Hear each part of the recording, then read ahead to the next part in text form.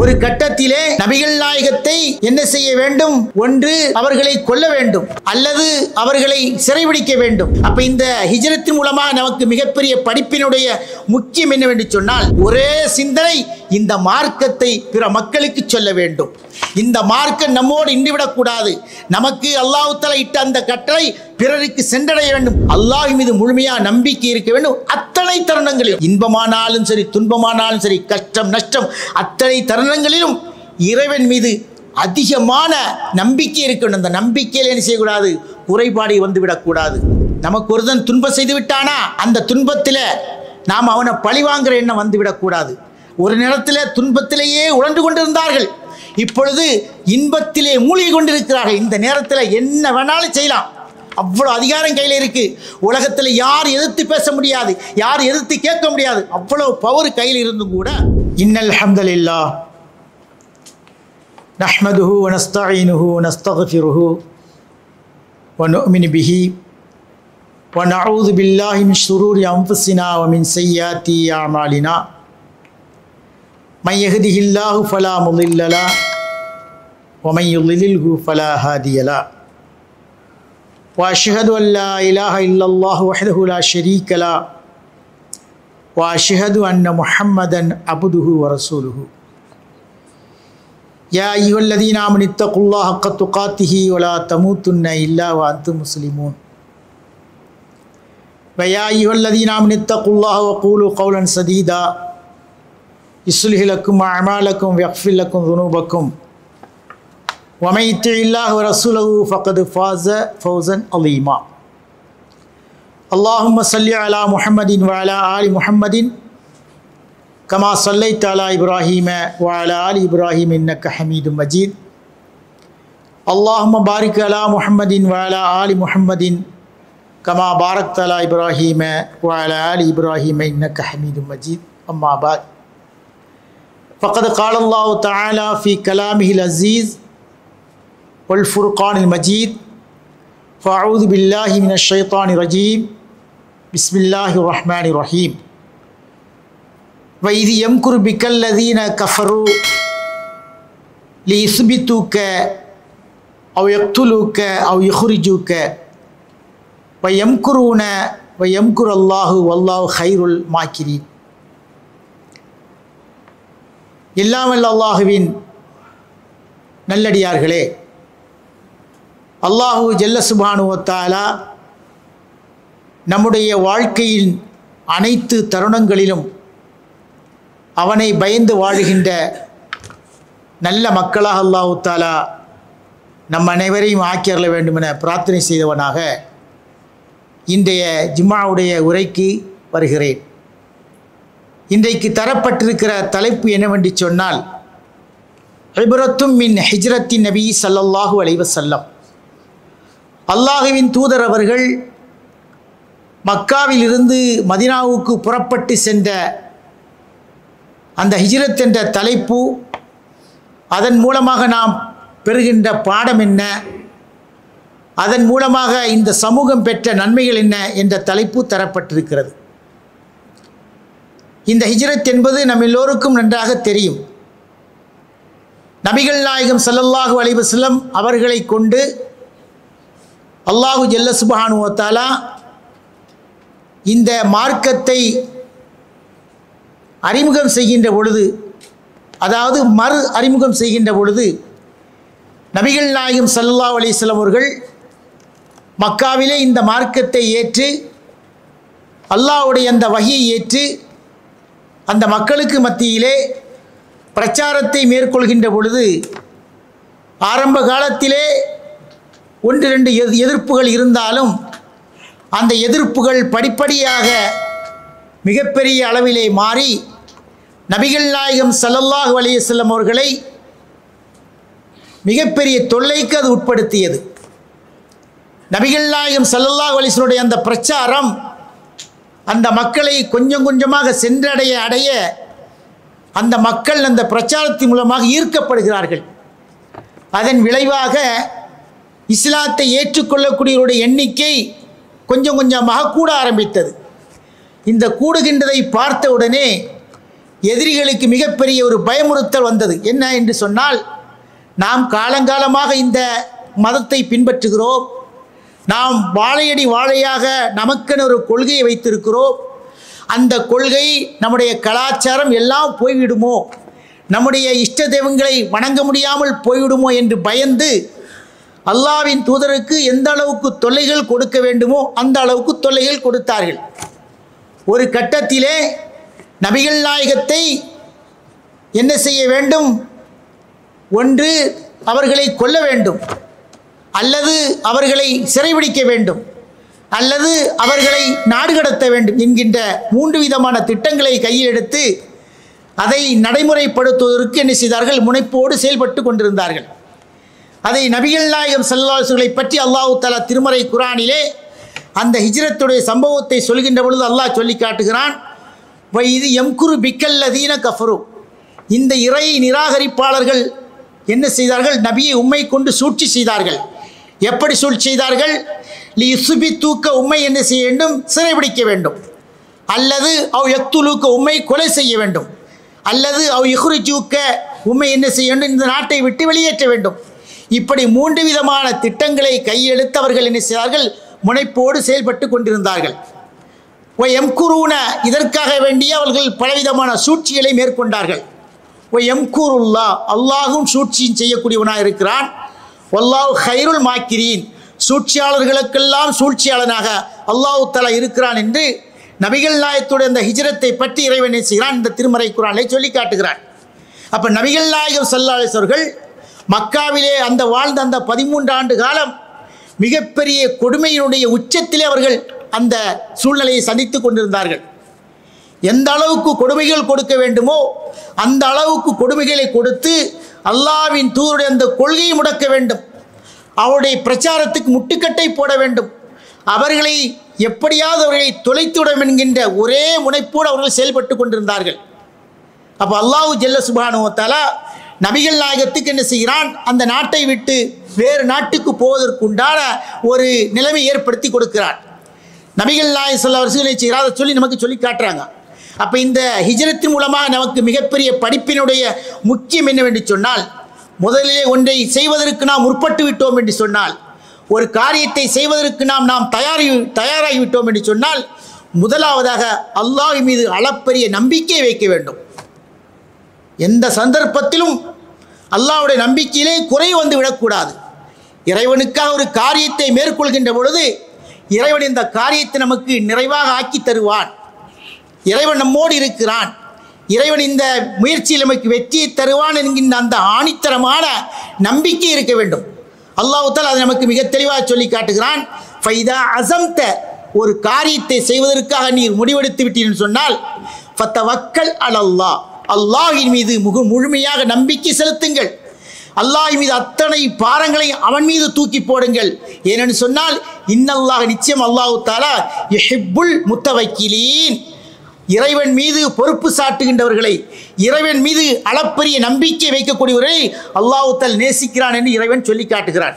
அப்போ நபிகள் நாயகம் ஸல்லல்லாஹு அலைஹி வஸல்லம் அந்த நாட்டை விட்டு போவதற்குண்டான முடிவுக்கு வருகின்ற பொழுது இறைவன் மீது அத்தனை பாரங்களையும் தூக்கி போட்டார்கள். இறைவா, உன்னை நம்பிதான் நான் இந்த உலகத்திலே இந்த மார்க்கத்தை பிரச்சாரம் செய்கிறேன், எனக்கு என்ன சூழல் ஏற்பட்டாலும் சரி, என்ன கஷ்டங்கள் ஏற்பட்டாலும் சரி, அத்தனை கஷ்டங்களுக்கும் பொறுப்புதாரி நீதான், நீதான் என்னை பாதுகாக்க வேண்டும் என்று அல்லாஹ்வின் மீது அத்தனை சுமைகளையும் அல்லாஹ்வின் மீது அத்தனை பொறுப்புகளையும் நபிகள் நாயகம் ஸல்லல்லாஹு அலைஹி வஸல்லம் அவர் அல்லாஹ்வின் மீது நம்பிக்கை வைத்தார்கள்.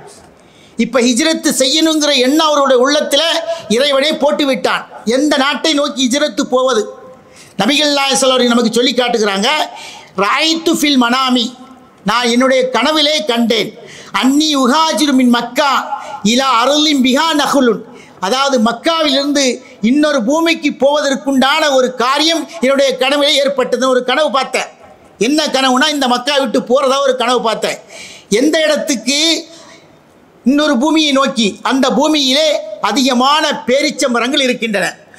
மக்காவிலிருந்து நான் புறப்படக்கூடிய இந்த இடம் அதிகமான பேரீச்ச மரங்கள் நிறைந்த ஒரு இடத்தை நோக்கி, ஒரு பூமியை நோக்கி போவதை போன்று ஒரு கனவு கண்டேன் என்று சொல்லிவிட்டு சொல்கிறார்கள். ஃபதஹப வஹிலி இலா அன்னகல் யமாமா, என்னுடைய எண்ணம் அப்படி சொல்லிச்சு. என்ன எண்ணம்? இந்த கனவை நான் பார்த்தனே, இந்த கனவுல அதிகமான பேரிச்சமரங்கள் இருக்கக்கூடிய ஒரு இடத்தை நோக்கி, ஒரு பூமியை நோக்கி போவதாக கனவு கண்டேனே, அது என்னவாக இருக்கும் என்று என்னுடைய சிந்தனைகள் அப்படியே அலைமோதியன. அப்படி அலையும் போது எங்கே போய் நின்றுன்னு சொன்னால், இலா அன்னகல் யமாமா அவ் ஹஜர், யமாமா என்ற இடத்தை நோக்கியோ அல்லது ஹஜர் என்று சொல்லக்கூடிய அந்த பூமியை நோக்கியோ என்னுடைய சிந்தனை போகிறது என்று சொல்லிவிட்டு அல்லாஹ்வின் தூதர் சொல்கிறார்கள், ஃபைதா ஹிய யஸ்ரிபு, அதுதான் யஸ்ரிபு. அந்த யஸ்ரிபை நோக்கி போவதற்கு எனக்கு அல்லாஹ் தஆலா அந்த கனவிலே ஒரு கனவை ஏற்படுத்தி தந்தான், என்னுடைய தூக்கத்திலே ஒரு கட்டளை போட்டதை போன்று ஒரு நினைவை தந்தான் என்று நபிகள் நாயகம் ஸல்லல்லாஹு அலைஹி வஸல்லம் சொல்லி காட்டுகிறாங்க. அப்போ அந்த பூமியை விட்டு வேறொரு பூமிக்கு போவதற்குண்டான ஒரு எண்ணத்தை அல்லாஹ் தஆலா நபிகள் நாயகத்துக்கு கனவின் மூலமாக ஏற்படுத்தி விட்டான். கால நபி ஸல்லல்லாஹு அலைஹி வஸல்லம் சொல்கிறாங்க, அல்லாஹ்வுடைய தூதர் சொல்கிறாங்க, இன்னி ராய்த்து தாரன் ஹிஜ்ரத்திக்கும் லாத்த நஹ்லிம் பைன லாத்தை, இரண்டு மலைகளுக்கு மத்தியிலே பேரிச்சம்பழங்கு நிறைந்த ஒரு பூமியை நோக்கி நான் போவதாகவே அந்த ஹிஜ்ரத் செய்யக்கூடிய இடம் இருக்கும் என்று அல்லாஹ்வின் தூதர் நமக்கு மிக தெளிவாக சொல்லிவிட்டார்கள். அப்போ அந்த மக்காவிலிருந்து கொடுமைகள் அதிகமாகின்ற பொழுது, உயிருக்கு ஆபத்து வருகின்ற பொழுது அல்லாஹ் தஆலா என்ன செய்கிறான், நபிகள் நாயகத்தை காப்பாற்றி அந்த மக்காவிலிருந்து வேறு இடத்துக்கு போவதற்குண்டான ஒரு கட்டளையை போட்டுவிட்டார். அப்போ எதிரிகள் என்ன நினைக்கிறார்கள், அல்லாஹ்வின் தூதரை ஒன்றில் சிறைபிடிக்க வேண்டும், அல்லது அவர்களை கொல்ல வேண்டும், அல்லது அவர்களை நாட்டை விட்டு கடத்த வேண்டும் என்கின்ற 3 திட்டங்களை கையில் எடுத்து அவர்கள் செயல்படுகிறார்கள்.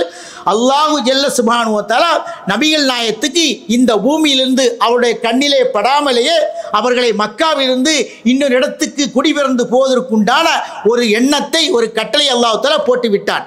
அப்படி போடுகின்ற பொழுது அங்கே என்ன நமக்கு முக்கியமாக தேவைப்படுகின்ற சொன்னால், அல் யகீனு, என்ன செய்யணும், யகீன் இருக்க வேண்டும். அதற்கு முன்பாக அல்-லரூரத்தில் இஹ்லாஸான எண்ணம் இருக்க வேண்டும். ஒரு நாட்டை விட்டு இன்னொரு நாட்டுக்கு போகிறோமா, அங்கே தூய்மையான எண்ணம் இருக்க வேண்டும். உலக ஆதாயங்கள் எதுவுமே இருக்கக்கூடாது. அல்லாஹ்வின் தூதர் அல்லவா, அவர்கள் இந்த மார்க்கத்தை போதிப்பதற்காக வந்தவர்கள் அல்லவா. ஆகவே உலக ஆதாயம் எதுவும் இருக்கக்கூடாது, உலக ஆதாயம் இருக்கக்கூடாது.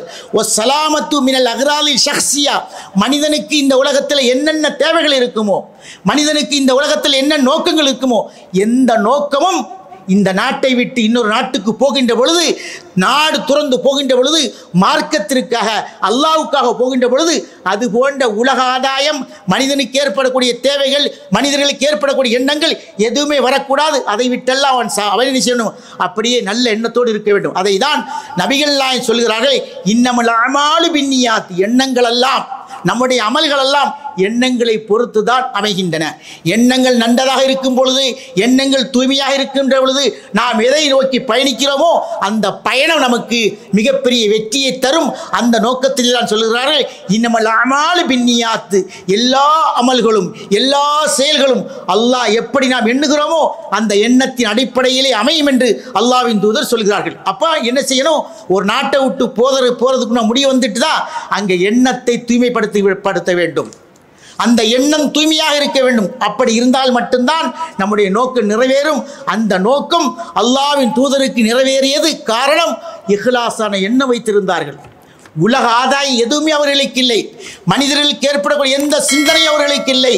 ஒரே சிந்தனை, இந்த மார்க்கத்தை பிற மக்களுக்கு சொல்ல வேண்டும், இந்த மார்க்கம் நம்மோடு இன்றுவிடக்கூடாது, நமக்கு அல்லாஹ் தஆலா இட்ட அந்த கட்டளை பிறருக்கு சென்றடைய வேண்டும். அதிலே எந்த ஒரு முயற்சி வந்தாலும் சரி, எவ்வளவு பெரிய இடையூறுகள் வந்தாலும் சரி, அத்தனையும் முறியடித்து நான் இந்த கொள்கையை வெற்றி பெறுவேன் என்கின்ற ஆணித்தரமான நம்பிக்கை நபிகள் நாயகத்துக்கு இருந்தது. அப்படிப்பட்ட இஹ்லாஸான எண்ணம் இருந்தது. அடுத்தபடியாக அல் யகீனு, உறுதியான நம்பிக்கை, உறுதியான எண்ணம் இருக்கணும்.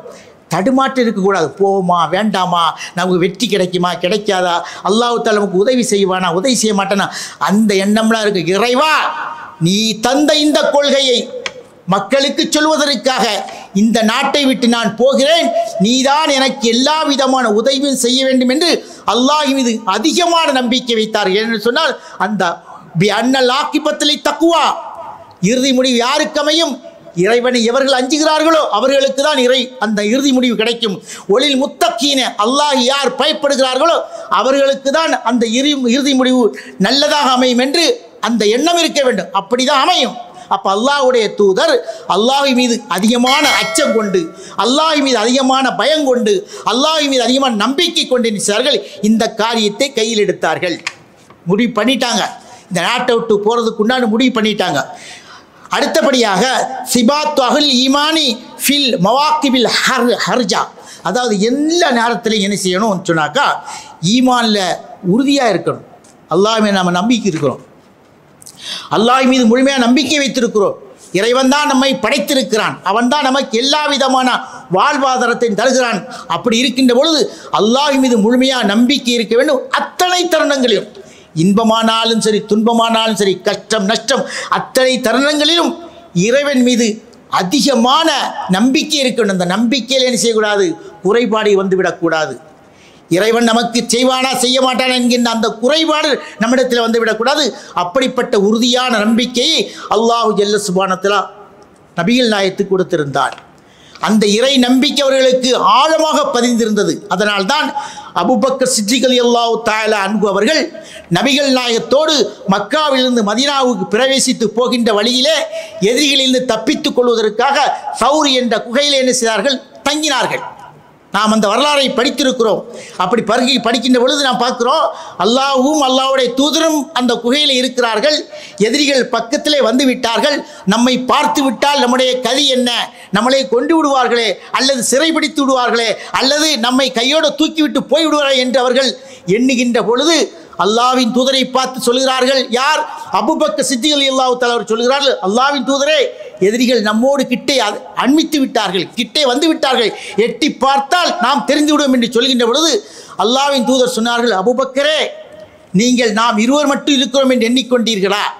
வலா தஹ்சன் இன்னல்லாஹ் மஅனா, நீங்கள் கவலைப்படாதீர்கள், அல்லாஹ் தஆலா நம்மோடு இருக்கிறார். நம்மோடு மூணாவது ஒரு நபராக யார் இருக்கிறார்? அல்லாஹ் இருக்கிறான். ஆகவே அவர்கள் எதிரிகள் நம்மை பக்கத்திலே வந்தாலும் அவர்கள் நம்மை பார்க்க மாட்டார்கள். பார்ப்பதற்குண்டான வாய்ப்பை அவர்களுக்கு அல்லாஹ் ஏற்படுத்தி கொடுக்க மாட்டான். ஏனென்று சொன்னால் நாம் ஒரு உயரி நோக்கத்தோடு இந்த நாட்டை விட்டு வெளியேறி இருக்கிறோம், உயிரி எண்ணத்தோடு இந்த நாட்டை விட்டு வெளியேறி இருக்கிறோம். ஆகவே இறைவன் நம்மை ஒருபோதும் கைவிட மாட்டான் என்கின்ற அந்த துணையிலே லா தஹ்சன் இன்னல்லாஹ மஅனா, நீங்கள் கவலைப்படாதீர்கள், அல்லாஹ் நம்மோடு இருக்கிறார் என்று அல்லாஹ் தஆலா மன்னதிலே வைத்து விட்டு அல்லாஹ்வுடைய தூதர் சொன்னார்கள். அதை தான் அல்லாஹ் தஆலா திருமறை குர்ஆனில் சொல்லி காட்டுகிறார். இல்லா தன்சுருஹு, நீங்கள் அவர்களுக்கு உதவி செய்யவில்லை என்று சொன்னாரும் ஃபக்கது நஸரல்லாஹு, அல்லாஹ் தஆலா அவர்களுக்கு உதவி செய்ய. எப்போ? இது அஹ்ரஜுல்லதீன கஃபரு சானியை சினனி, இரண்டு நபரில் ஒருவராக, அதாவது அல்லாஹ்வின் தூதரோடு இன்னொரு நபரை சேர்த்து அவர்கள் வெளியேறிய பொழுது, அவர்களை அந்த எதிரிகள் தொல்லை கொடுத்த பொழுது, அந்த தொல்லையிலிருந்து தன்னை பாதுகாத்துக் கொள்வதற்காக அங்கே வெளியேறிய பொழுது, இதுஹுமா ஃபில் காரி, அந்த இருவரும் குகையிலே தங்கினார்கள். இது யகூலி சாஹிபிஹி, அதிலே ஒரு நபர் சொன்னார் தன்னுடைய தோழருக்கு, இந்த எதிரிகள் நம்மை பார்த்து விடுவார்களே. அப்பொழுது அந்த சாஹிபு சொன்னார், யாருக்கு? தன்னுடைய தோழருக்கு, லா தஹ்சன் இன்னல்லாஹ மஅனா, நீங்கள் கவலைப்படாதீர்கள், அல்லாஹ் நம்மோடு இருக்கிறான் என்று சொல்லிவிட்டு அல்லாஹ் சொல்கிறான், ஃபன்ஸலல்லாஹு சக்கீனத்தஹு, தன்னுடைய அமைதியை அந்த இருவர் மீது என்ன இறக்கி வைத்தான். வய்யதஹு பிஜுனூதில்லம் தரவுகா, நீங்கள் பார்க்காத ஒரு படையை கொண்டு உங்களுக்கு என்ன தன்னுடைய கையை ஓங்கச் செய்தான். வஜஅல கலிமத்தல்லதீன கஃபரு சுஃப்லா, அந்த எதிரிகளுடைய அந்த கொள்கை இருக்கிறது, அந்த கொள்கையை தாழ்ந்ததாக அல்லாஹ் ஆக்கினான்.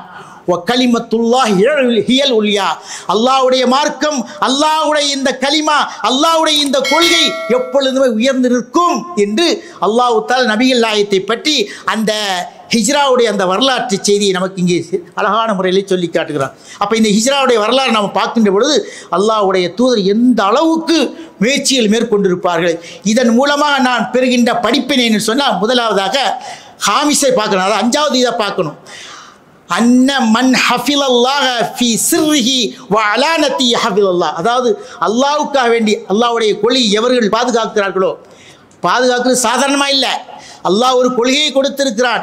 இந்த கொள்கையை பாதுகாப்பதற்காக வேண்டி எவர்கள் தன்னை தயார்படுத்திக் கொள்கிறார்களோ, எந்த நேரத்தில் ஃபீ சிர்ரிஹி, மறைவான நேரத்திலேயும், வ அலானியத்திஹி, வெளிப்படையாக எவர்கள் பாதுகாக்கிறார்களோ, ஹஃபிலல்லாஹ், அல்லாஹ் அவர்களை பாதுகாப்பான். அப்போ அல்லாஹ்வுடைய நடிக்கலை, இந்த உலகத்தில் நடிப்பதற்காக வரவில்லை, தான் கொண்ட கொள்கையை தானும் பின்பற்றி பிற மக்களுக்கும் சொல்வதற்காகவே வந்தவர்கள்.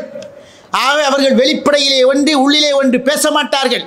அதனால்தான் யார் அல்லாஹ்வுடைய இந்த கொள்கையை வெளிப்படையாகவும் தன்மையாக மறைவாக யார் பின்பற்றி நடக்கிறாரோ அல்லாஹ் தஆலா அவர்களுக்கு என்ன செய்வான், அவர்களை பாதுகாப்பான். அப்போ அல்லாஹ்வுடைய தூதரை செய்வாங்க, அவர்கள் அல்லாஹ் பாதுகாத்தான். யஹ்ஃபதுல்லாஹ், நீ அல்லாஹ்வை பாதுகாத்தால் யஹ்ஃபதுக, அல்லாஹ் உன்னை பாதுகாப்பான். அப்போ அல்லாஹ்வுடைய அல்லாஹ் நம்ம பாதுகாக்க தேவையில்லை, அவனுடைய கொள்கையை நாம் பாதுகாக்க வேண்டும். எப்படி பாதுகாக்கணும், அதை நாம் பின்பற்றி பிறருக்கு சொல்ல வேண்டும், அதுதான் பாதுகாப்பு. அப்படிப்பட்ட பாதுகாப்பை இறை தூதர் நபிகள் நாயகம் ஸல்லல்லாஹு அலைஹி வஸல்லம் கையில் எடுத்தார்கள். அதனால் அல்லாஹ் தஆலா அவர்களுக்கு அந்த பாதுகாப்பை கொடுத்தான். அடுத்தபடியாக ஒரு கொள்கையை நாம் சொல்றோம்னு சொன்னாக்கா அங்கே என்ன இருக்கணும், பொறுமை இருக்கணும். அவன் அடிக்கிறான் இவன் அடிக்கிறான், இந்த கொள்கை நமக்கு ஒத்து வராதுப்பா, நாம் விட்டுட்டு ஓடிடுவோம் அப்படிங்கிறதான் வரவே கூடாது. கொள்கையில் ஒரு கொள்கையை கையில் எடுக்கிறோமா அடி உதை படுதான் செய்யும். எந்த ஒரு கொள்கை இந்த பூமியை எடுத்தெடுப்பிலே மக்கள் ஏற்றுக்கொள்ள மாட்டார்கள். கடுமையான எதிர்ப்புகள் வரும். அதன் மூலமாக மிகப்பெரிய பின்விளைவுகளை சந்திக்க வேண்டியது வரும். எல்லா தருணங்களிலும் பொறுமை காக்க வேண்டும். பொறுமைக்கு அல்லாஹ் தஆலா வெற்றியை தவிர வேறெதையும் பரிசளிக்க மாட்டான். அப்போ அல்லாஹ்வுடைய தூதர் நினைச்சாங்க, அந்த பொறுமையோடு இருந்தார்கள். அந்த பொறுமையின் காரணமாக தான் அவர்களுக்கு வெற்றி கொடுத்து. எப்படிப்பட்ட பொறுமை பாருங்கள். மக்காவிலே தொழுது கொண்டிருக்கிறார்கள். ஒட்டகத்துடன் அழுகி போன குடல்களை கொண்டு அவர்களுக்கு மேனியிலே போட்டு தலையிலே போட்டு கொடுமை செய்தார்கள். இசாலத்து மினல் பலது, தன்னுடைய நாட்டை விட்டு அவர்கள் வெளியேற்றுவதற்கு முயற்சி செய்தார்கள். எல்லா நேரத்தையும் அப்படியே பொறுத்துக்கிட்ட மக்கால வாழ்கின்ற காலமெல்லாம் எதிர் தாக்குதலே கிடையாது. யாரையும் புண்படுத்துமாறு பேச மாட்டாங்க. என்னென்ன செய்கிறியோ செய்துவிட்டு போ, என்னுடைய கொள்கையை ஏற்றுக்கொண்டு என்னென்ன கொடுமைகள் செய்கிறியோ செய்துவிட்டு போ, எல்லாத்துக்கும் நான் பொறுமையாக இருப்பேன். அந்த பொறுமைக்குண்டான வெகுமதி ஒரு நாளிலே கிடைத்தே தீரும் என்று அல்லாஹ்வின் தூதர் எண்ணினார்கள். அந்த ஹிஜ்ரத்துக்கு பின்னால் எல்லாம் நிறைவேறியது. ஹிஜ்ரத்துக்கு பின்னாடி அல்லாஹ்வுடைய தூதர் எல்லாத்தையும் அல்லாஹ் அவர்களுக்கு என்ன நிறைவேற்றி கொடுத்தான். அடுத்தபடியாக அல் ஹாஜத்தில் ஹில்மி, பொறுமையினுடைய பொக்கிஷமாக இருக்க வேண்டும். எப்படின்னு சொன்னாக்கா, நம்மளை ஒருத்தன் தாக்குறான், நான் இஸ்லாத்தை ஏற்றுக்கொள்வதற்கு முன்னாடி நமக்கு பல பேர்கள் தொல்லை கொடுத்திருப்பார்கள், பல பேர்கள் அநியாயம் செய்திருப்பார்கள். ஒரு அதிகாரம் கையில் கிடைக்கின்ற பொழுது அந்த அதிகாரத்தை பயன்படுத்தி நமக்கு யாரெல்லாம் தொல்லை கொடுத்தார்களோ அவர்களை உண்டு இல்லை என்று பண்ணிவிடக்கூடாது. அவர்களுக்கு வாய்ப்புகள் வழங்கப்பட வேண்டும். இதற்கு முன்னால் நம்மை அநியாயம் செய்தார்கள், நமக்கு கொடுமை செய்தார்கள், நம்மை துன்புறுத்தினார்கள், நம்மிலே பலவர்களை கொண்டளித்தார் என்பதற்காக அவர்கள் எடுப்பிலே பழிவாங்கக்கூடாது. அப்படி பழிவாங்கினால் கொண்ட கொள்கையிலே நாம் உறுதியாக இல்லை என்றாகிவிடும். ஏனென்று சொன்னால் எதிரிகளுக்கும் இந்த கொள்கையை சென்றடைய வேண்டும். எதிரிகள் நம்மை எந்த அளவுக்கு எதிர்த்தார்களோ அந்த அளவுக்கு இந்த கொள்கையுடைய உள்ளத்தில் ஆழமாக பதிந்து அவர்கள் இந்த கொள்கையை பின்பற்ற வேண்டும் என்ற எண்ணம் வர வேண்டும் என்பதற்காக அல்லாஹு ஜல்ல சுப்ஹானஹு வ தஆலா அவர்களுக்கு என்ன செய்தான், அவ்வளோ பெரிய பொறுமையை கொடுத்திருந்தான். அல் இஅ்திதால் ஹால சிர்ராய் சர்ராய் வல்லராய், அதாவது இன்பத்திலும் துன்பத்திலும் நேர்மையாக இருக்கணும். நமக்கு ஒருத்தன் துன்பம் செய்து விட்டானா அந்த துன்பத்தில் நாம் அவனை பழிவாங்கிற எண்ணம் வந்துவிடக்கூடாது. நீ சந்தோஷமாக இருந்தாலும் சரி அல்லது துக்க நேரத்தில் இருந்தாலும் சரி அந்த எதிரியை பழி வாங்கக்கூடிய எண்ணமே இருக்கக்கூடாது. அல் இஅ்திதால், நேர்மை நீதம் அங்கே இருக்க வேண்டும். அல்லாஹ்வுடைய தூதருக்கு அந்த நீத நேர்மை இருந்தது. பாருங்களேன், இவ்வளோ தொல்லைகளையெல்லாம் தாண்டி இவ்வளோ தொல்லைகளையெல்லாம் தாங்கி மிகப்பெரிய அதிகாரம் தன்னுடைய கையிலே வந்தது. மிகப்பெரிய அதிகாரம், சாதாரண அதிகாரம் அல்ல. ஒரு நாட்டிலிருந்து துரத்தப்பட்டு மதீனாவுக்கு சென்று மீண்டும் மக்காவுக்கு வந்து அந்த மக்காவை கைப்பற்றி மிகப்பெரிய ஆட்சி அதிகாரம் எல்லாம் வந்து ஒரு மிகப்பெரிய சாம்ராஜ்யம். அல்லாஹ்வுடைய தூதர் மிகப்பெரிய அதிபதி, அல்லாஹ்வுடைய தூதர் மிகப்பெரிய ஜனாதிபதி, அல்லாஹ்வுடைய தூதர் மிகப்பெரிய நீதிபதி, எல்லாம் ஒன்று சேர அல்லாஹ்வுடைய தூதருக்கு கையிலே வந்தது. இப்போ என்ன செய்யலாம், ஒரு மனிதன் நினைச்சிருந்தா ஒரு அதிகாரத்தில் என்ன செய்யலாம், எதிரிகளெல்லாம் வாங்கலாம், உங்களை இல்லைன்னு பண்ணிடுறான் பாரு. அந்த எதிரிகள் எப்படி கையில் எடுத்தார்களோ, ஒன்றில் கொலை செய்யணும் அல்லது நாட்டை விட்டு துரட்டணும் அல்லது சிறைப்பிடிக்கணும், ஏதாவது அந்த மூணு ஏதாவது ஒன்று செய்ய முடிவு பண்ணாங்களா இல்லையா, அதே முடிவை அல்லாஹ்வுடைய தூதர் நினைத்திருந்தால் செய்திருக்கலாம். அல்லாஹ்வுடைய தூதர் நினைச்சிருந்தா எல்லாரும் கண்ணுக்கு முன்னாடி தெரியுறாங்க, இவன் என்ன செய்தான், இவன் என்ன செய்தான், இவன் என்ன, எல்லாம் கண்ணுக்கு முன்னாடி தெரியுது. யார் யாரெல்லாம் நம்ம குடும்பத்தை யாரெல்லாம் கொன்னான், யாரெல்லாம் அநியாயம் செய்தான், யாரெல்லாம் தலைகளை கட்டி வச்சு கொடுமைப்படுத்தினான், எல்லாம் அந்த கொடுமைப்படுத்திய அத்தனை நபர்களும் அல்லாஹ்வுடைய கையில், அல்லாஹ்வின் தூதருடைய கையில் ஆட்சி அதிகாரம் வந்த உடனே அவ்வளோ பேர் அப்படியே நிற்கிறாங்க. அல்லாஹ்வுடைய தூதர் கண்ணுக்கு முன்னாடி அப்படியே நடனமாடி கொண்டிருக்கிறது. அந்த நேரத்தில் அல்லாஹ்வுடைய தூதர் சொல்கிறாங்க பாருங்க, ஹீன தமக்கன மிம்மன் கான் யுதுனகு பி சுனூஃபில் அதா, அதாவது கொடுமையினுடைய ஒத்த அநியாயங்களும் கட்டவிழ்த்து விட்டு அநியாயம் சார்ந்த அந்த மக்கள் எல்லாத்தையும் அல்லாஹ்வுடைய தூதர் வென்றெடுத்த அந்த நாட்டை வென்றெடுத்து அங்கே நிற்கிறார்கள். ஆட்சி அதிகாரம் கையிலே வந்து விட்டது. அப்போ கேட்குறாங்க, யாரை பார்த்து? அந்த மக்களை பார்த்து, அநியாயம் செய்த மக்களை பார்த்து கேட்குறாங்க, மா தலுன்னூன அன்னி ஃபாயிலும் பிக்கும். இப்போ நீங்கள் என்ன நினைக்கிறீங்க, உங்களையெல்லாம் என்ன செய்ய போகிறேன் உங்களுக்கு தெரியுமான்னு கேட்குறாங்க. யாரை பார்த்து? அந்த எதிரிகளை பார்த்து கேட்குறாங்க. அல்லாஹ்வுடைய தூதருக்கு கொடுமைகள் செய்தவர்களை பார்த்து கேட்குறாங்க. அவர்கள் எப்படி சொல்கிறாங்க பாருங்க. அவர்கள் சொல்கிறார்கள், அஹுன் கரீம், நீங்கள் சாதாரண ஆள் இல்லை, சங்கைமிக்க மனிதர். நீங்கள் இப்போ சொல்கிறாங்க சங்கைமிக்க மனிதர் சொல்லிவிட்டு சொல்கிறாங்க, வபுனு அஹின் கரீமின், எங்களிலே சங்கைமிக்கனுடைய மகனாக நீங்கள் இருக்கிறீர்கள் என்று அந்த மக்கள் சொன்ன உடனே அல்லாஹ்வுடைய தூதர் சொல்கிறாங்க, இதுஹபு ஃபந்துமு துலக்கா, நீங்கள் அனைவர்களுமே விடுதலை செய்யப்பட்டீர்கள். உங்களுக்கு எதிராக இன்றைக்கு நான் எந்த நடவடிக்கையும் செய்ய மாட்டேன். உங்களுக்கு எதிராக எந்த விதமான கொடுமையும் கட்டவிழ்த்து விட மாட்டேன். நீங்கள் எல்லோருமே நிரபராதிகள் மாதிரி உங்களை ஆக்கிட்டேன்னு சொல்லி அல்லாஹ்வுடைய தூதர் அந்த நேரத்தில் சொல்கிறாள்னு சொன்னால், இப்போ ஆட்சி அதிகாரம் எல்லாம் கையில் கிடச்சி ஒரு நேரத்தில் துன்பத்திலேயே உழன்று கொண்டிருந்தார்கள். இப்பொழுது இன்பத்திலே மூழ்கி கொண்டிருக்கிறார்கள். இந்த நேரத்தில் என்ன வேணாலும் செய்யலாம், அவ்வளோ அதிகாரம் கையில் இருக்கு. உலகத்தில் யார் எதிர்த்து பேச முடியாது, யார் எதிர்த்து கேட்க முடியாது, அவ்வளோ பவர் கையில் இருந்தும் கூட அல்லாஹ்வின் தூதர் தன்னை எதிர்த்தவர்களை, தன்னை அடித்தவர்களை மன்னித்தருளினான் என்று சொன்னால் அல்லாஹ்வுடைய அந்த தூதருடைய அந்த பண்பை நாம பார்க்க வேண்டும். அப்போ இதெல்லாம் ஹிஜ்ரத்தின் மூலமாக நமக்கு என்ன செய்கிறது, மிகப்பெரிய ஒரு பலனாக அமைந்திருக்கிறது. அன்னமன் தரக்க ஷையன் லில்லாஹி அவ்வளல்லாஹு ஹைரம் என்கு, யார் ஒருவன் அல்லாஹ்வுக்காக வேண்டிய ஒரு காரியத்தை விடுகிறானோ, அல்லாஹ்வுக்காக வேண்டி, உலகத்துக்காக வேண்டி இல்லை, அல்லாஹ்வுக்காக வேண்டிய ஒரு காரியத்தை அவன் விடுகிறானோ அவனுக்கு அல்லாஹ் தஆலா இதைவிட மிகப்பெரிய ஒரு காரியத்தை அவனுக்கு நேர்படுத்தி கொடுப்பான், அவனுக்கு நிறைவேற்றி கொடுப்பான் என்று சொல்லிவிட்டு சொல்கிறார்கள்.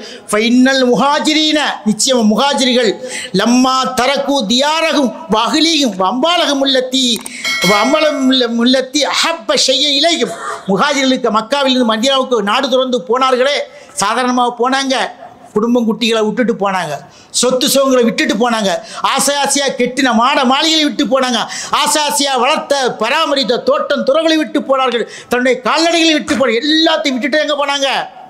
மதீனாவை நோக்கி போனார்கள். இங்கே எதுக்காக போனாங்க?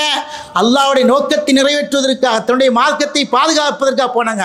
இப்போ பாருங்க, எல்லாத்தையும் விட்டுட்டு போனாங்க. இப்போ எல்லாமே அவங்க கையில் திருப்பி கிடைச்சிருச்சு. ஆட்சி அதிகாரம் வந்தோன்னே எல்லாருக்கும் என்னென்ன கிடைக்கணுமோ எல்லாத்தையும் அல்லாஹ் திருப்பி கொடுத்தான். இது எப்படி நிகழ்ந்தது? இறைவனுக்காக செய்தார்கள், இறைவன் அதை பெற்றுக் கொடுத்தான். இறைவனுக்காக செய்தார்கள், இறைவனை அதையே திருப்பி அவர்கள் கொடுக்கக்கூடிய ஒரு சூழ்நிலை வந்தது என்று சொன்னால் அந்த இடத்திலே நாம் சிந்திக்க பார்க்க வேண்டும். எந்த அளவுக்கு படிப்பினை இந்த ஹிஜ்ராவில் இருப்பது என்பது நமக்கு மிக தெளிவாக தெரியும். அது மட்டும் இல்லாமல் அவர்கள் இந்த நாட்டை, அந்த மக்காவை கைப்பற்றிய பொழுது மேற்கு தெற்கு எல்லா இடத்திலும் இஸ்லாம் பரவ ஆரம்பிச்சது. உமர் ரலியல்லாஹு தஆலா அன்ஹுடைய ஆட்சி காலத்திலே 12 லட்சம் கிலோமீட்டருக்கு மேற்பட்ட நிலப்பரப்பை ஆளக்கூடிய ஒரு மிகப்பெரிய சக்தியாக மாறினார்கள். எதன் விளைவாக? இந்த ஹிஜ்ரத்தின் மூலமாக மாறினார்கள். இன்றைக்கு வரலாறு சொல்லுகிறது, இந்த உலகத்தில் ஒரு ஆட்சி அதிகாரம் வேண்டும் என்று சொன்னால் உமருடைய ஆட்சி தான் வேண்டும். அந்த அளவுக்கு நீதியோடு நேர்மையோடும் இறைவனுக்கு ஆட்சி தான் சொன்னால் இந்த ஆட்சி அதிகாரம் எப்படி கிடைத்தது? இந்த ஹிஜ்ராக்கு பின்னாடி தான் கிடைத்தது. நாட்டிலிருந்து, பிறந்த நாட்டிலிருந்து இன்னொரு நாட்டுக்கு போன பிறகுதான் கிடைத்ததுன்னு சொன்னால் அவ்வளவு பெரிய படிப்பினை இந்த ஹிஜ்ராவிலே அழகாக ஊண்டி இருப்பதை நாம் பார்க்கிறோம். ஆகவே இந்த ஹிஜ்ராவிலே, இந்த ஹிஜ்ரத்திலே அதற்காக முயற்சி எடுத்தார்களே, அந்த அன்சாரிகளாகட்டும் அல்லது முஹாஜிர்களாகட்டும், அவர்களை யாரும் தரக்குறைவாக குறைத்து மதிப்பிடக்கூடாது. அவர்கள் உயர்ந்த இடத்தில் இருக்கிறார்கள், அவர்கள் எங்கேயோ இருக்கிறார்கள், நாம் எங்கேயோ இருக்கிறோம். அவர்களில் உள்ள அந்த சஹாபாக்களை யாரையும் குறை சொல்லக்கூடாது. அந்த அளவுக்கு பவர்ஃபுல்லான சஹாபாக்கள், அல்லாஹ்வுக்காக வேண்டி இந்த உலகத்திலே தன்னுடைய வாழ்க்கையை அர்ப்பணித்த சஹாபாக்கள். அந்த சஹாபாக்களை எந்த தருணத்திலும் யாரும் குறைத்து மதிப்பிடக்கூடாது. அதிலே மிக கவனமாக இருக்க வேண்டும். ஆகவே அன்பான அல்லாஹுவின் நல்லடியார்களே, அல்லாஹு ஜல்ல சுப்ஹானஹு வ தஆலா இந்த மார்க்கத்தை இந்த வளர்ப்பதற்காக, இந்த மார்க்கத்தை கொண்டு சேர்ப்பதற்காக எந்த அளவுக்கு நபிகள் நாயகத்தை கொண்டு வேலை வாங்கி இருக்கிறார், எந்த அளவுக்கு இந்த மார்க்கத்திற்காக அல்லாஹ்வுடைய தூதர் முயற்சித்திருக்கார்கள், பாடுபட்டிருக்கார் என்பதை இந்த வரலாறு நமக்கு சொல்லி காட்டுகின்றன. அப்போ இந்த ஹிஜ்ரா என்பது மக்காவிலிருந்து மதீனாவுக்கு போன பிறகுதான் இஸ்லாத்திற்கு வெற்றிக்கு மேல் வெற்றி, இஸ்லாத்திற்கு புகழுக்கு மேல் புகழ், இஸ்லாத்துடைய இந்த மார்க்கம் ஓங்க ஓங்க அதற்கெல்லாம் காரணம் இந்த ஹிஜ்ரா தான் அமைந்தது என்பதை இதன் மூலமாக தெரிந்து கொள்வதாகவே அல்லாஹு தாலா நம்ம என்ன நோக்கத்திற்காக படைத்தானோ அந்த நோக்கத்தை மனதில் கொண்டு வாழக்கூடிய நல்ல மக்கள் அல்லாஹு தாலா நம் அனைவரும் ஆக்கியல்வான பாரக்கல்லாஹ். அல்ஹம்துலில்லாஹ். எல்லாம் வல்ல அல்லாஹ்வின் நல்லடியார்களே, இந்த இப்பொழுது இருக்கக்கூடிய இந்த மதீனா இருக்கிறது, இந்த மதீனா ஹிஜ்ராவுக்கு முன்னாடி வரைக்கும் எந்த விதமான உலகத்தில் யாருக்குமே இது ஒரு புகழ்பெற்ற பூமியாக மாறும், ஒரு புகழ்பெற்ற நகரமாக மாறும் என்று யாருக்குமே தெரியாது. அல்லாஹ்வுடைய தூதர் எப்பொழுது மக்காவிலிருந்து மதீனாவுக்கு போய் அங்கு ஒரு ஆட்சி அதிகாரத்தை உருவாக்கினார்களோ அதன் பிறகுதான் மக்கா மதீனா என்கின்ற அந்த இரண்டு பூமிகளும் இந்த உலகத்திலே புண்ணிய ஸ்தலங்களாக மாறின. அதற்கு முன்னாடி மக்கா இருந்துச்சு, அது உலக ஃபேமஸ் பெற்றது, அங்கே தான் இறைவனுடைய ஆதி இல்லம் இருக்கிறது. மதீனா எப்பொழுது புகழ் பெற்றது, மதீனா எப்பொழுது சிறப்புமிக்க ஒரு மாநிலமாக, ஒரு நாடாக, ஒரு தேசமாக எப்பொழுது உருவானது என்று சொன்னால் அல்லாஹ்வுடைய தூதர் மக்காவிலிருந்து மதீனாவுக்கு புறப்பட்டு போன பிறகு. அதுக்கு முன்னாடி வரைக்கும் அந்த மதீனா என்பது மதீனாவாக இருக்குது, எஸ்ரிப் என்று இருந்தது. அப்போ அல்லாஹ் ஜல்ல சுப்ஹானஹு வ தஆலா அந்த சிட்டியை எந்த அளவுக்கு மேம்படுத்தினான் என்று சொன்னால் இந்த ஹிஜ்ராவின் மூலமாக தான். ஆகவே அந்த ஹிஜ்ராவை நானும் என்ன செய்யணும், மனதில் எண்ணி பார்த்து இதுக்காக வேண்டி மக்கள் எவ்வளோ முயற்சித்திருக்கிறார்கள், எவ்வளோ தியாகங்களை செய்திருக்கிறார்கள், அதையெல்லாம் நினைத்து பார்த்து வாழக்கூடிய நல்ல மக்களாக நம் அனைவரும் ஆக்கியல்வானா. அஸ்ஸலாமு அலைக்கும் வரஹ்மத்துல்லாஹி தஆலா வபரகாத்துஹு.